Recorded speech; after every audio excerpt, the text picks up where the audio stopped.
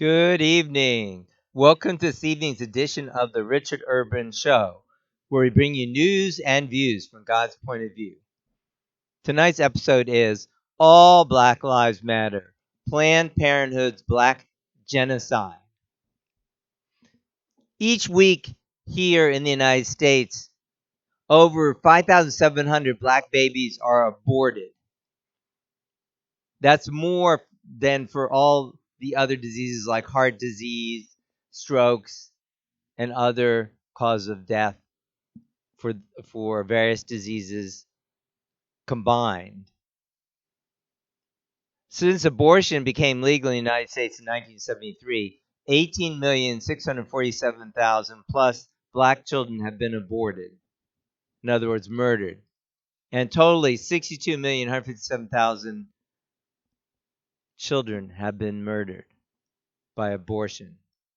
So we should realize that 30% of all abortions are performed on blacks, who represent 13.4% of the population in the United States.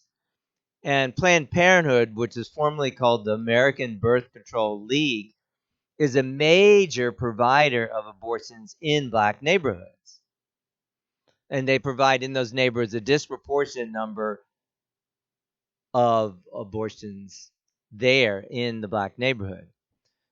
So also, we should all be aware that Margaret Sanger, who lived from 1879 to 1966, is the founder of the American Birth Control League, now known as Planned Parenthood. And she is a eugenicist. In other words, she believes that you should sterilize people or give birth control so quote unquote unfit people don't reproduce. She says in a letter to Dr. Clarence Gamble, we should hire 3 or 4 colored ministers, preferably with social service backgrounds and with engaging personalities. The most successful education approach to the Negro is through a religious appeal. We don't want the word to go out that we want to exterminate the Negro population. And the minister is a man who could straighten out that idea if it ever occurs to any of their more rebellious members, unquote. So that mission is alive and well today. So Sanger, she craftily recruited black intellectuals and pastors. For instance, the well-known black intellectual W.E.B. Du Bois wrote, quote, the mass of ignorant Negroes still breed carelessly and disastrously, so that the increase among Negroes, even more than the increase among whites, is from that part of the population least intelligent and fit, and least able to rear their children properly. So amazingly, prominent black leaders like W.E. Du Bois, who is a founder of the NAACP, were actually in support of Sanger and in support of eugenics. Go figure. I don't figure. I don't get it. And also Dr. Adam Clayton Powell Sr., a prominent pastor in Harlem, he allowed Margaret Sanger to speak at his church at a mass meeting. That was at the Abyssinian Baptist Church.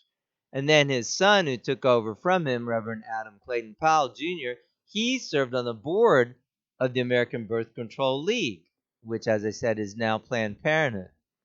So they completely sold out to this eugenics promoter, Margaret Sanger, who wanted to get rid of unfit people and also believed in, sterilizing them as well. So all her life, Margaret Sanger dreamed of a magic birth control pill. Well, in the early 1950s, she was able to obtain funding for Gregory Pincus, who was a reproductive specialist, to develop birth control pills, and he did that. Now, before that, I was wondering about, well, what were the birth control devices anyway in the 1920s, 30s? Well, they used things like condoms, diaphragms, intrauterine devices. Hardly, by looking at pictures, those looks like a very liberating thing for women, but hey. And then later, the birth control pill. and Sanger was behind, the development of the birth control pill.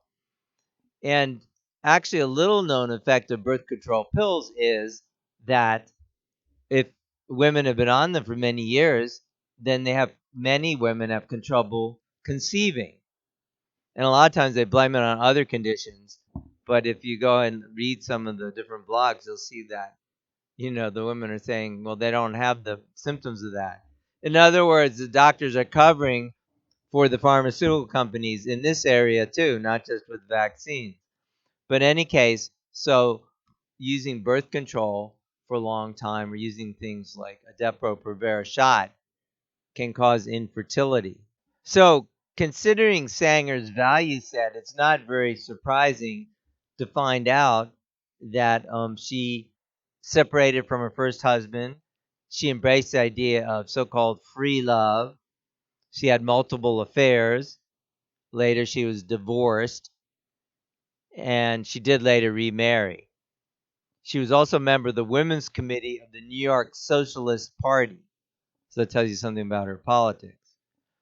There's another woman who actually met Sanger in Great Britain and was inspired by her. Her name was Dr. Marie Stopes, and she was a contemporary in Great Britain of Sanger.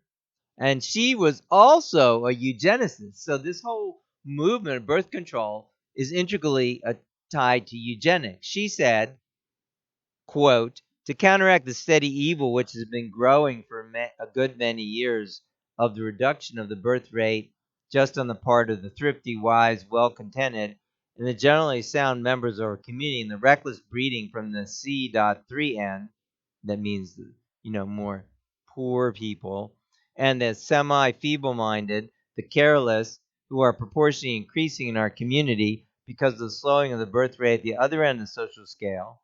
Statistics show that every year the birth rate from the worst end of our community is increasing in proportion to the birth rate at the better end. And it was in order to try to right that grave social danger that I embarked upon this work, unquote. That's from Marie Stopes. So it's really amazing that, in the black community, there's basically a lot. There are a number of spokespeople that you'll find against this, but you don't hear a lot about it really, and most churches have sold out. I remember when I was working in DC, there was like the Black Reproductive Rights Committee.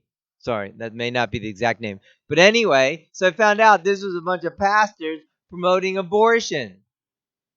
Needless to say, they weren't very interested in my work promoting sexual abstinence and having conferences at Howard University. So they're promoting black genocide, black pastors. No, I'm not saying every pastor, but these were major pastors like the ones I mentioned, Adam Clayton Powell, who later, the junior Adam Clayton Powell, later became a United States representative in the House of Representatives for many years until the 1960s. So this is kind of inexplicable. So we're talking now about, there's this catchphrase going around, Black Lives Matter. Of course, people promoting, as we've said, are not promoting anything about Black Lives Matter, but, basically Marxist ideology, LBGTXQB, whatever ideology, etc. So, in any case, the real Black Lives Matter is the 18 million aborted babies and 6,000 aborted babies in the United States. Of course, there are many aborted babies, you know, how do you say, in general, but there's a disproportionately large number, like we said, 30% plus in the black community. And where do you find Planned Parenthood clinics? In the black community. And who often gets government funding for so-called sex education? And supposedly they're not funding abortions, but in fact, the fact that they're receiving government money, supposedly for other services, allows them to provide abortions, if they even are providing the other services at all, so-called women's health services. So, this is really an incredible crisis. Everybody should be speaking out about that. It doesn't just have to be black people, of course, black people, but people who care about people who care about murder. So, what we really need badly is a God centered view of marriage, that uplifts the dignity of marriage and, talking about the importance of sexual abstinence before marriage. And, that's what we're doing in DC with our program, Urban Life Training, that Stacy and I founded for over 3,000 youth. And now that's expanding, to other cities and areas. So, and also we can find that view from the scriptural basis in the teachings of Reverend Sun Myung Moon. So he clearly talks about the purpose of marriage as creating the very image of God. So that's something worthy, of course, for striving for. So we can only have real liberation, freedom when we follow God's plan, and that has, you know, everything to do with the image of God, and the image of God is in man and woman come together in marriage, blessed marriage. So anything else like these kind of women's so-called women's liberation, that's a kind of a false liberation. Margaret Sanger gave a shrill promise saying, that she was promoting a better life for black people. And incredibly, people like W.E. Du Bois actually went along with it. And Adam Clayton Powell, Jr., Sr., and many, many other pastors are still, I guess, basically they're on the dole. I mean, how else can you explain it? Why would the pastors promote the genocide of their own race? You tell me.